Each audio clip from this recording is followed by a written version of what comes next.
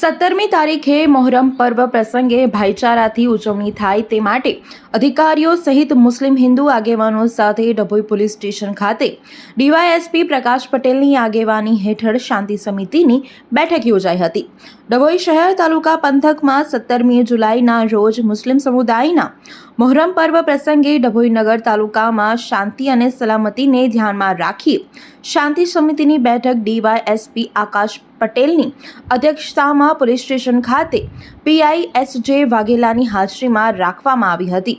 આ પ્રસંગે Dabhoi division police વિભાગ દ્વારા નગરમાં આવતા આગામી મુસ્લિમ તહેવારો મોહરમ પર્વને ધ્યાનમાં રાખીને નગરપાલિકા વીજ કંપની સહિત વિવિધ અધિકારીઓની તૈયારીના ભાગરૂપે આયોજન કરવા સૂચન કરવામાં આવ્યું હતું। આ પ્રસંગે મોટી સંખ્યામાં હિન્દુ મુસ્લિમ આગેવાનો ઉપસ્થિત રહ્યા હતા।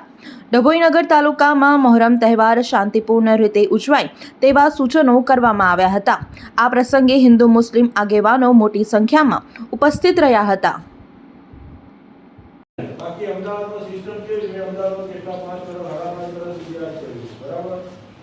ત્યાં એક નંબર વહેલો આવે કોઈ કારણસર ડીજે પર સાઉન્ડ લિમિટર નથી તો લિમિટમાં અવાજ રાખો બરાબર। આટલી અમે તમને છૂટ આપીએ પછી એનો મતલબ એવો નહીં કે તમે બેફામ એ જ જગ્યાએ તમે લોકો હોય તો તમે શું માનો?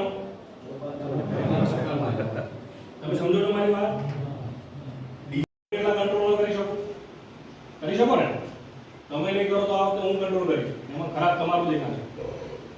બરાબર 2 વર્ષ બોલ્યો 2 વાગ્યા સુધી ચાલતા 3 વાગ્યા સુધી ચાલતા બહારના ટકોરે હીરા ભાગોળ ગેટ છે જે ત્યાંથી આપણે ગણેશ